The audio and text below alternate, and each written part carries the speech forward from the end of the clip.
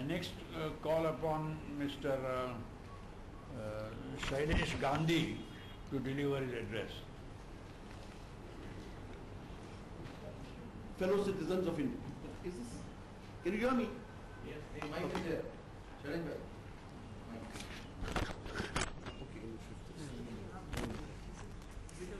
Fellow citizens of India. I must first congratulate Justice Shah for the very frank and honest opinion that he has given. Most people from the judiciary and the legal profession are finding it a little difficult to be so honest about the right to information, sir, and therefore my hat's off to you.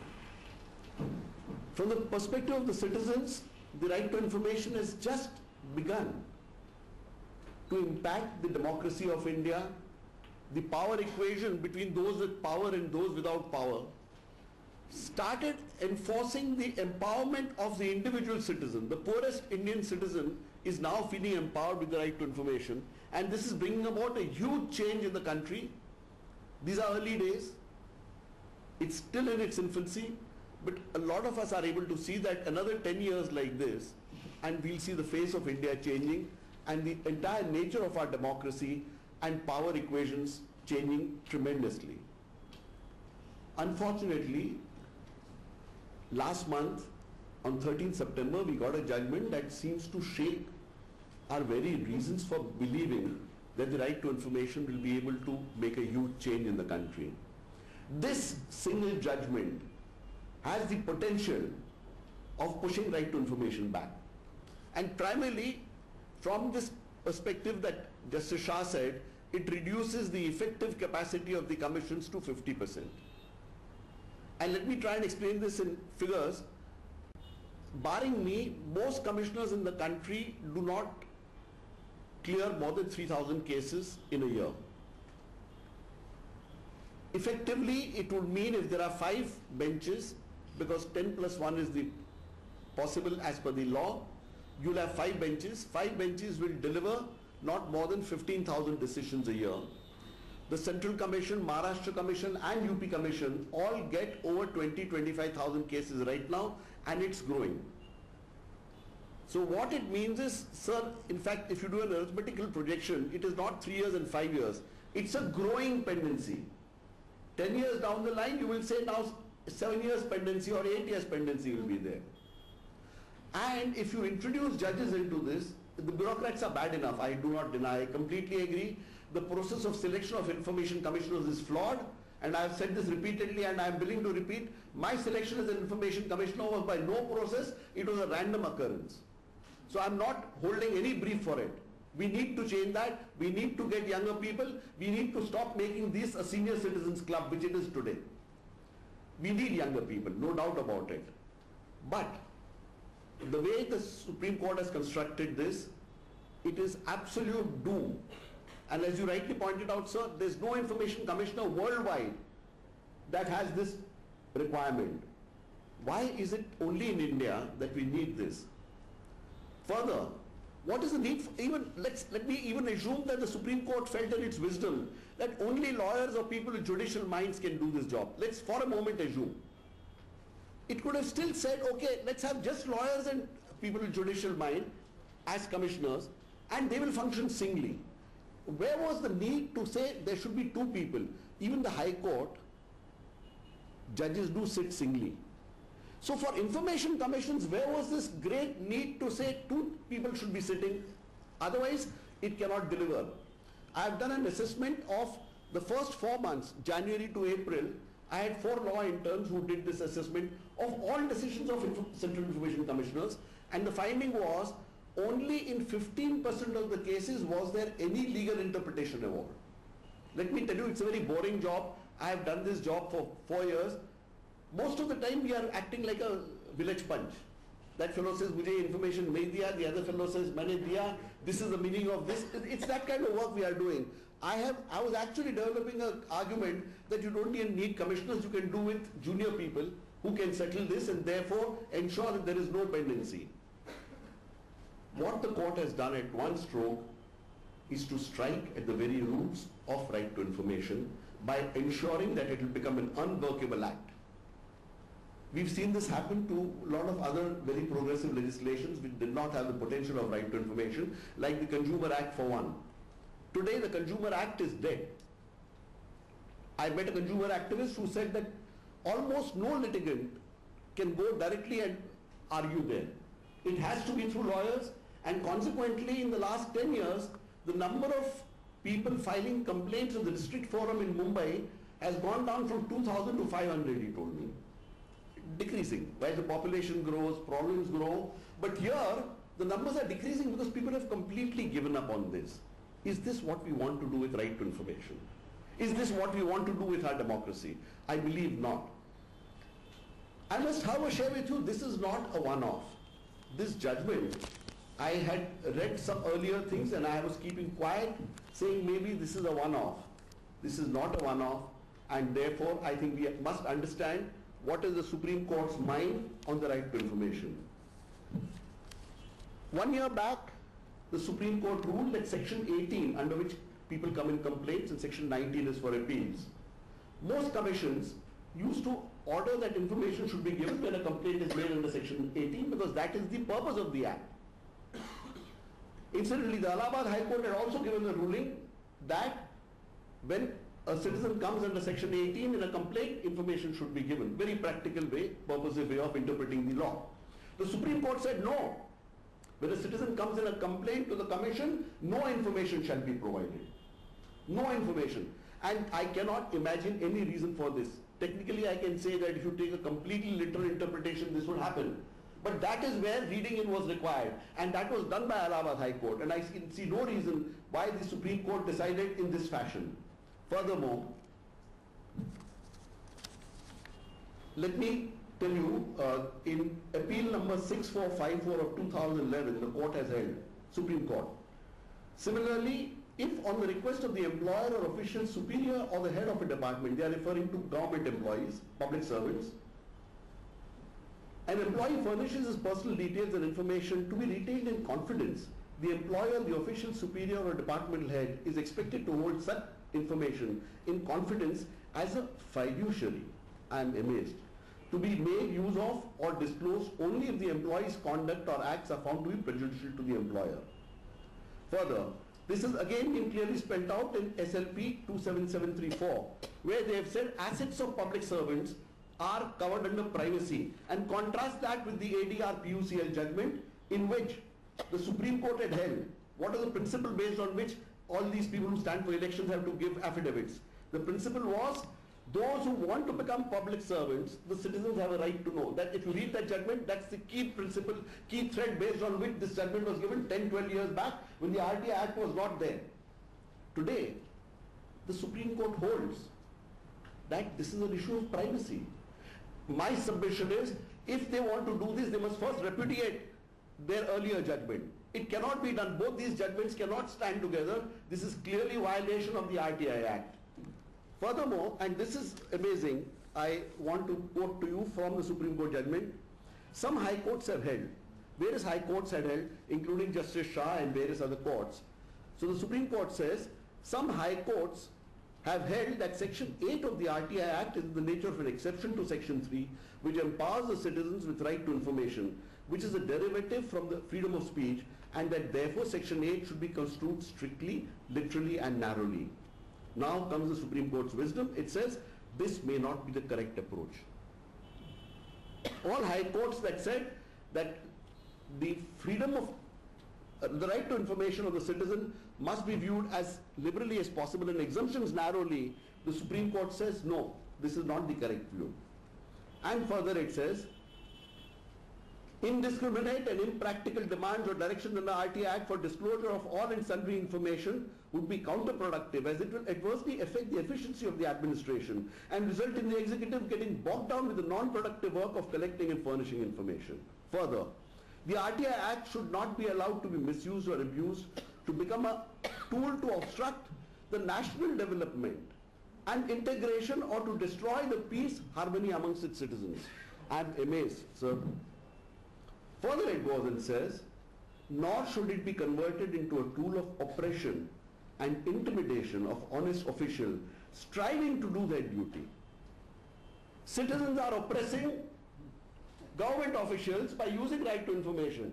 This is a statement that's made by the Supreme Court of my land. And I would like to remind this House of what was one of the first statements recognizing and outlining the right to information, Justice Matthew's statement in Rabnarayan. In a government of responsibility like ours, where all the agents of the public must be responsible for their conduct, there can be but few secrets. Their right to know, which is derived from the concept of freedom of speech, though not absolute, is a factor which should make one wary when secrecy is claimed for transactions which can at any rate have no repercussion on public security.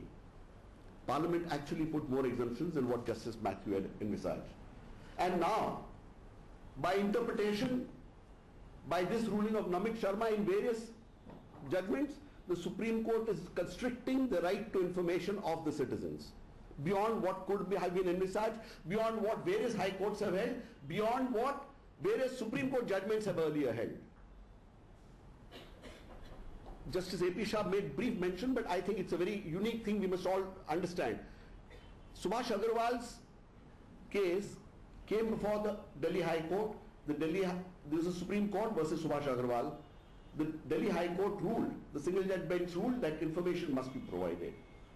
It went before the division bench. The division bench again said information must be provided.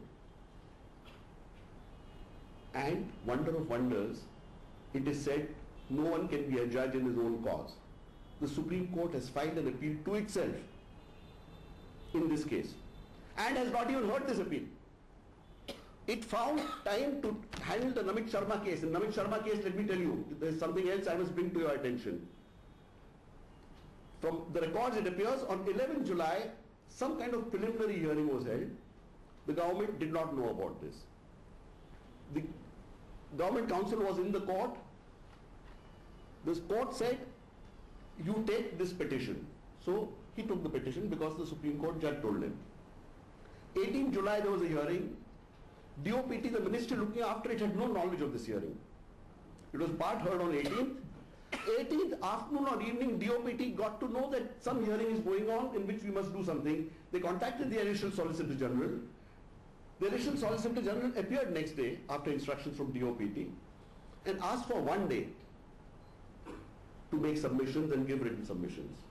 The court said there is no need. They heard the matter, and subsequently written submissions were given by the Additional Solicitor General on 11th September 2012.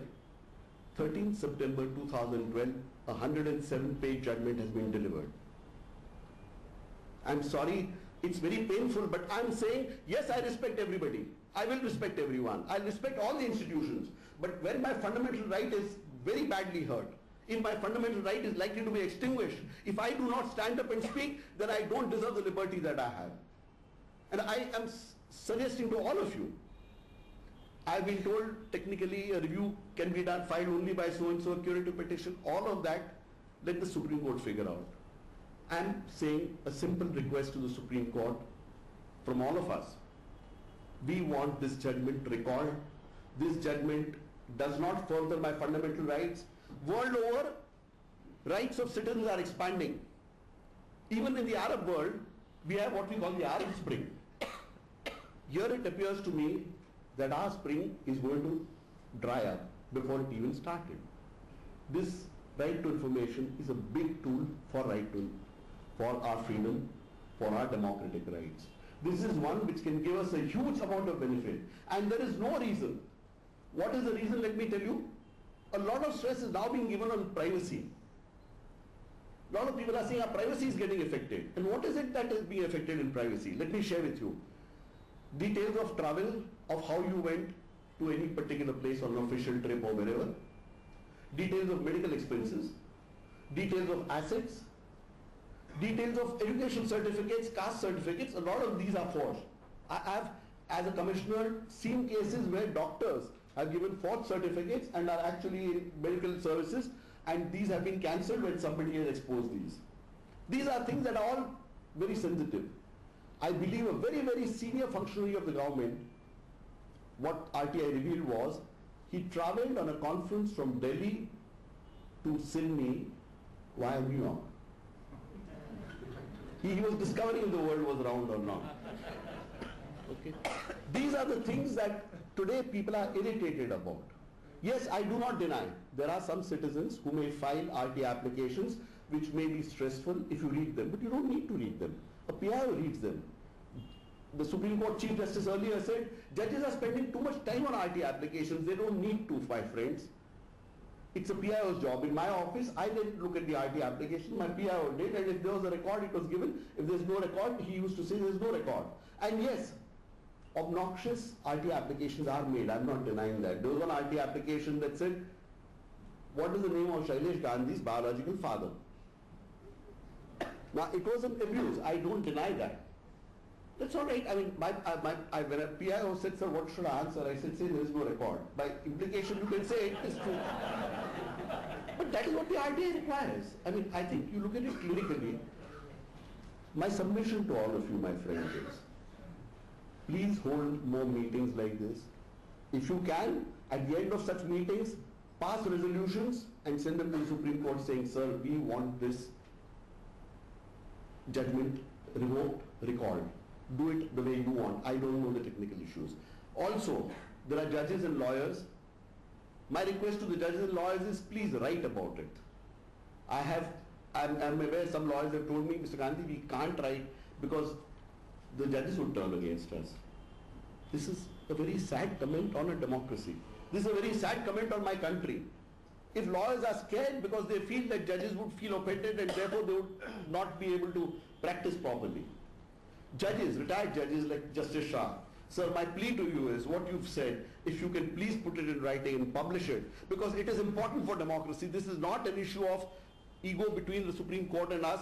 It is because our fundamental right is actually being threatened very seriously. We lose this, and today the political establishment is also very much in tune with this. The Prime Minister has said in the conference that I attended in Delhi that privacy concerns are very great, that okay, that's because people are asking, and he says people are pointing out mistakes. This is one of the Prime Minister's grounds for saying RTI should be contained and people should give thought about it. When you expose something like saying 35 lakh rupees toilets are being made, yes, it's an embarrassment. My point is, mistakes may be made, admit mistakes. RTI is not saying, we are all human. We all make mistakes. We improve by exposing those mistakes, by somebody pointing out these mistakes. What really is the problem? The Prime Minister has also talked of frivolous and vexatious applications and said that maybe these should be curbed. The Information Commissioners 2 years back had decided that there is no need to amend the Act for this. And one last thing, I know Justice Shah wants to go, so just 1 minute. The last thing is, the Prime Minister has said that if we ask PPPs, public-private partnerships, to disclose information, this may scare investors. Investors may have double thoughts. I'm wondering whether we really are a banana republic, in the words of Robert Vadra. Am I so worried about investors that I'm doubting whether my call for more information? In fact, the truth is, worldwide, the good corporates are asking for more transparency, because there is a level playing field, there is an honest playing field. It is the dishonest corporates who actually do not want more transparency. Please, all of you, my friends, don't allow this sunshine law to have a sunset before the dawn comes. Thank you.